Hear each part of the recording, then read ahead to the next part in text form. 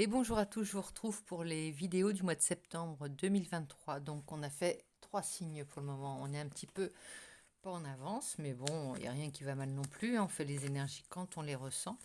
Et ici, on arrive dans cette énergie en plus de pleine lune, puisque le 31, c'est la pleine lune en poisson, avec le soleil en vierge et la pleine lune en poisson. On va voir ce que ça va donner. Donc on y va avec nos amis Capricorne. Tu es déjà passé, ami Capricorne, donc pas toi. Pas pour le moment. On va passer avec nos amis Taureau. Ami Taureau, je te souhaite la bienvenue si tu es nouveau. Je te salue si tu passes par la chaîne et que tu es déjà un fidèle ou une fidèle abonnée. J'espère que tout va bien pour toi. On y va avec ton ciel astro pour cette période du mois de septembre 2023. On va aller voir un petit peu ce qui se passe. Et pour commencer, je prends, là c'est marrant parce que je ne prends pas mon oracle cette fois-ci. J'ai plus envie de le montrer pour le moment. Non, je plaisante. Donc, on va voir un petit peu quelles sont tes énergies. Quelle est ton énergie transformatrice pour ce mois de septembre, ami Taureau? Énergie transformatrice pour ce mois de septembre.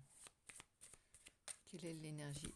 Il y en a deux, a priori. On a le soleil et le mât. Il y a un grand souci de liberté d'aller vers son soleil, hein, son propre soleil, son propre bonhomme de chemin. On a envie de liberté, on a envie de... On rayonne, on veut du succès, on avance de plus en plus libre, de plus en plus libéré de toutes les contraintes. Et en dos de deck, on a la maison de Dieu. Il y a quelque chose qui s'est terminé ou qui se termine dans le sens où le vieux système n'a plus lieu d'être. Donc on va voir un petit peu si... Attendez, je chausse mes lunettes. Mais non, il n'y a rien qui est avec... non, il n'y a pas d'association. Donc, alors ça peut parler au départ de confusion, puisque on a un élan dont on ne sait un petit peu que faire pour le moment. Il va falloir démêler tout ça. A priori, un bouillonnement d'idées non coordonnées, ça vient, ça fuse. Pourquoi? Parce que on est en train de reconstruire tout simplement après la maison de Dieu. Il y a quelque chose qui a une révélation. Ça peut être aussi une prise de conscience énorme. D'un seul coup, on a eu... voilà, il y a eu des événements assez brutaux, assez soudains, qui font que maintenant, on a eu envie de fuir, soit de fuir vers sa propre liberté, soit de reconstruire quelque chose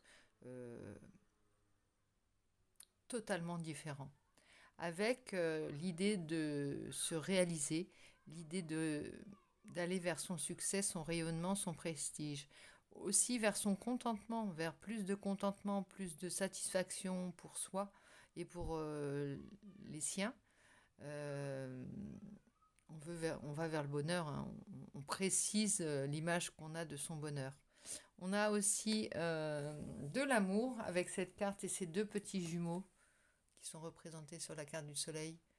Amour, honneur et prestige, ça veut dire amour, gloire et beauté, c'est un peu ça, c'est l'idée. Euh, Plus ça va, plus on plaît. Avec cette liberté, on devient, comment dire, séduisant ou séduisante. Euh, Comme quelqu'un qui...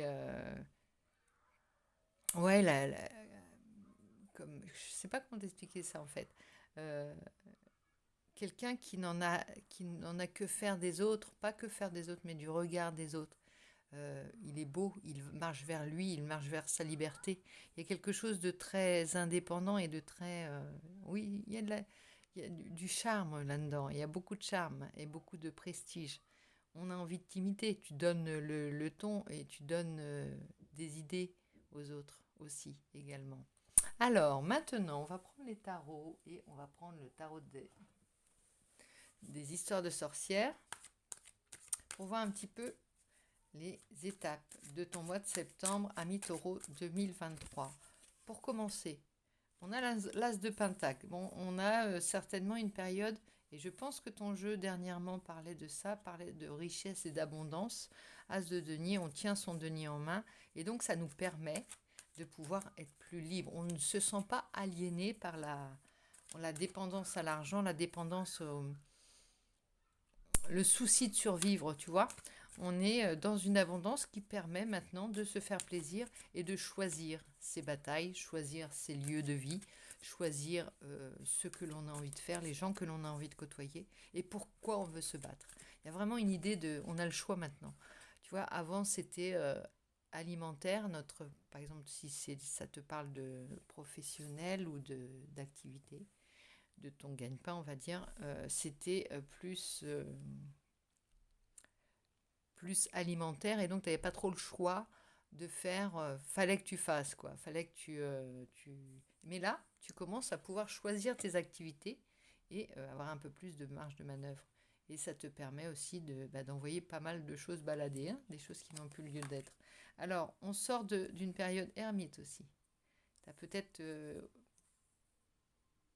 tu vois, on a eu besoin d'éclairer tout ça, de, de se faire confiance aussi, de faire confiance en sa propre lumière, son propre rayonnement, ses propres capacités, de faire la lumière sur justement tout ce que tu veux, tout ce que tu ne veux plus, sur les choses qui nous sont nécessaires, un petit point sur les événements qui viennent de se passer, alors bons ou mauvais, hein, mais sur les événements tout récents.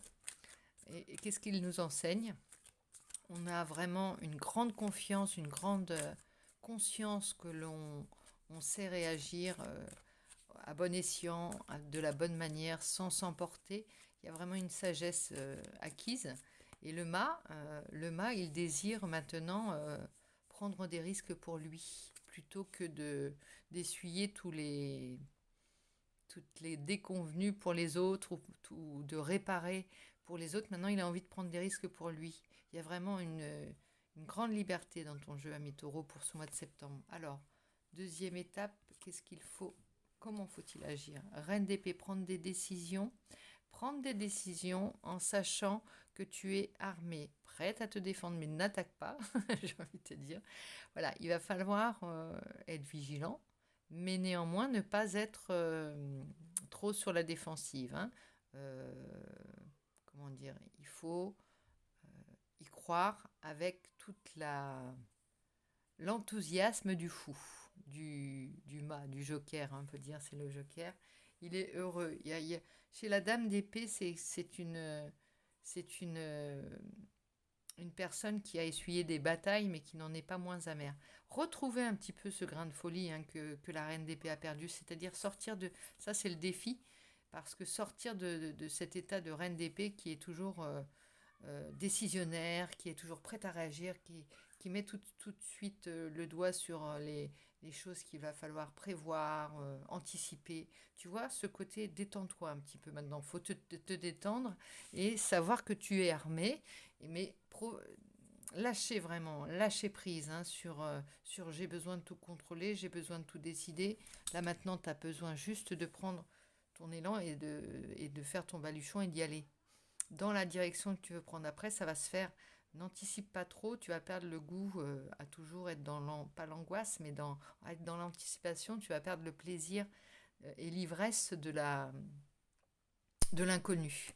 Alors on y va avec l'action à entreprendre, le lâcher prise on l'a fait, 6 d'épée. Alors 6 d'épée, c'est vraiment de partir de là où tu es pour le moment, de cette activité, de cet endroit, de cette situation. Vraiment de partir, et on vient de chercher presque, hein. On va t'obliger à partir parce que tu vas encore devoir fermer toutes les portes à clé avant de et vérifier si le gaz est bien fermé, vérifier tout. Donc là, c'est vraiment partir sans se retourner. On va t'y aider, a priori. On va t'y aider. Donc maintenant, on va aller voir un petit peu quelle va être la nouvelle situation. Avec le page de Pentacle, eh ben, on redémarre à zéro. Avec cet enthousiasme des nouveaux départs. Il a de l'or dans les mains, comme je dis, le page de Pentacle, mais il ne le sait pas. Il est innocent et il a une humilité qui lui permet d'apprécier chaque étape de son chemin. C'est-à-dire chaque gain, chaque avancée, chaque étape est pour lui une satisfaction. Il apprécie tout. même les petites pauses sur le bord du chemin pour reprendre des forces, ils les apprécient à leur juste valeur. Et derrière, on a les amoureux. Il y aura un choix à faire plus tard, à un moment donné, une direction à prendre. Que ce soit sentimental, que ce soit professionnel ou quoi, il y aura un choix. Mais pour le moment, on est dans le départ, dans le nouveau départ, la nouvelle construction, puis on a beaucoup d'enthousiasme, on a beaucoup de force, de vitalité, on est dans une bonne période pour toi, hein. Il n'y a rien qui va mal.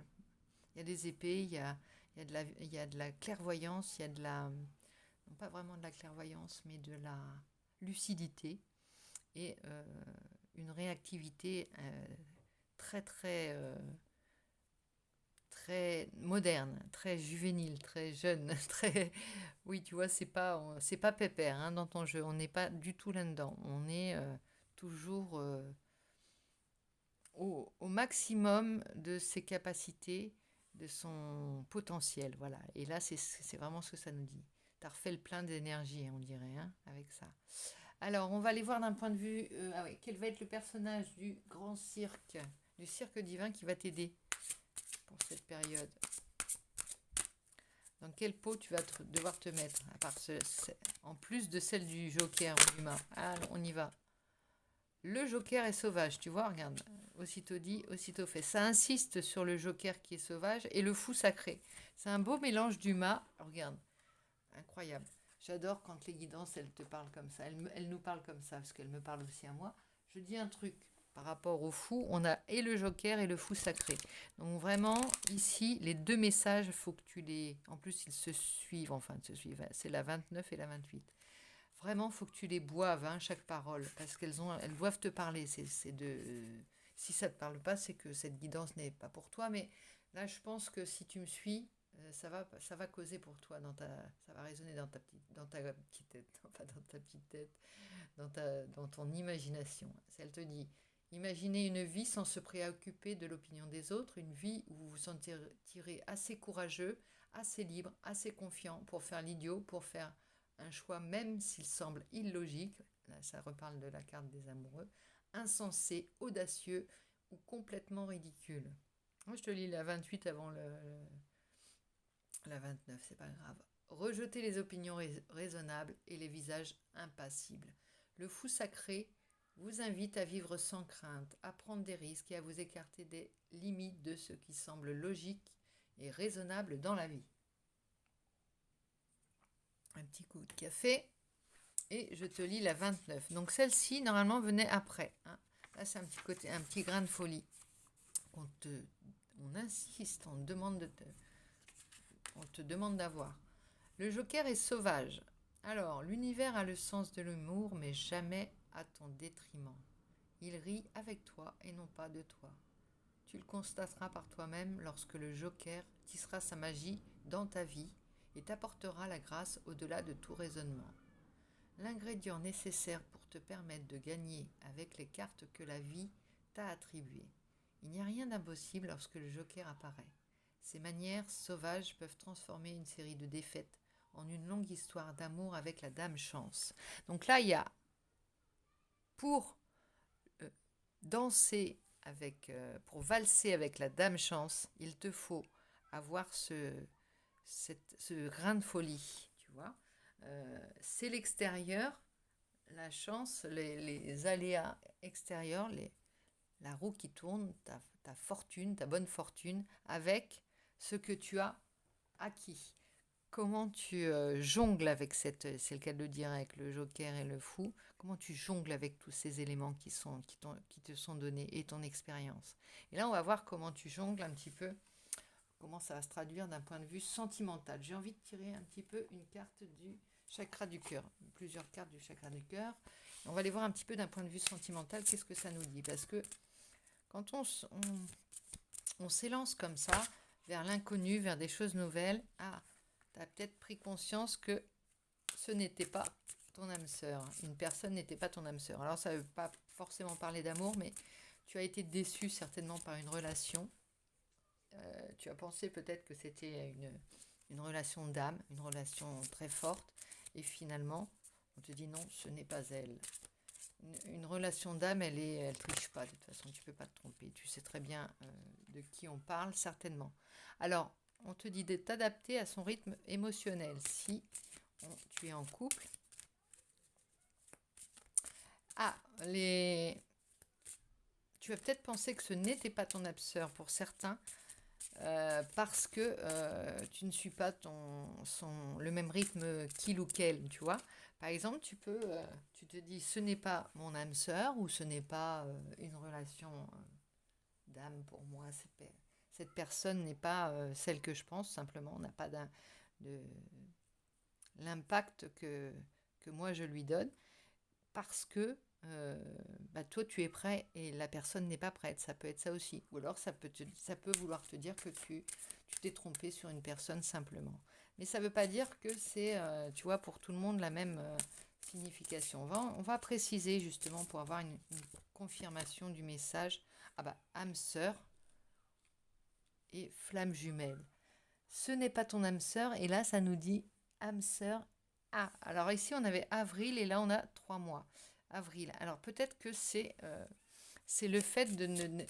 Tu t'es dit récemment, et ça t'a peut-être flingué, avec la maison de Dieu, c'est ça que je pense, ça t'a flingué cette idée que c'était peut-être pas ton âme sœur. Et en fait, tu vas vers cette âme sœur, vers cette flamme jumelle, où tu l'as déjà rencontrée, tu le sais. Et là, tu prends conscience que simplement en étant dans son rythme émotionnel, en lui laissant le temps, et toi en te détournant peut-être de la situation, en allant faire le foufou, hein, le fou sacré, le joker sauvage, eh bien, tu vas vers ça. Et là, on va arriver à une fusion des sentiments. D'un point de vue émotionnel, d'un point de vue... Alors, ça peut se traduire sans que tu sois près de la personne de ton cœur. Hein. Tu peux être avec elle. Hein. Tu peux être avec elle, tu peux être en couple, tu peux être... Mais indépendamment, c'est simplement quand tu auras compris, quand tu seras éloigné de la situation, quand tu auras laissé la personne ou ton autre trouver son propre rythme, eh bien, là, vous fusionnerez si tu es en couple. Et si ce n'est pas le cas, tu vas aller vers une rencontre qui aura de l'importance. Hein, et qui est alors peut-être avec une différence d'âge. Et là, ça te dit ton âme sœur n'est pas prête encore, tu vois. Il y a le poids de la famille, des blocages matériels ou financiers, mais tu vas vers une surprise en tout cas. Donc tu vois, ça peut être ça peut confirmer que c'est simplement qu'elle n'est pas prête, ton âme sœur. C'est pas qu'elle ne l'est pas, c'est qu'elle n'est pas prête émotionnellement. Ou alors, c'est une autre personne que tu vas rencontrer ultérieurement. C'est assez précis hein, dans ce... Et puis alors, le sentimental ne parlera pas à tous les taureaux parce que là, malheureusement, ces derniers temps, je n'ai pas fait les zooms sentimentaux, donc j'ai voulu préciser le tirage par le zoom sentimental en fin de guidance. Néanmoins, c'est peut-être un peu moins poussé. Donc là, on fait un petit peu un tour de rentrée pour voir de quoi ça parle hein, pour chacun des signes. Mais on reprendra notre rythme à nous aussi, puisque la période de congé a été pour moi assez délicate, enfin assez... J'ai eu du mal à mettre en place les guidances pour ces dernières semaines, et donc voilà, il faut que ça se fasse aussi de ce côté-là. En attendant, ami Taureau, je te fais de gros bisous. N'hésite pas à t'abonner si tu ne l'es pas déjà, à laisser un pouce si tu as aimé la vidéo, à me laisser des commentaires si tu en as tiré des choses à dire. Et sinon, je te fais des gros bisous, je te dis à très vite, à bientôt.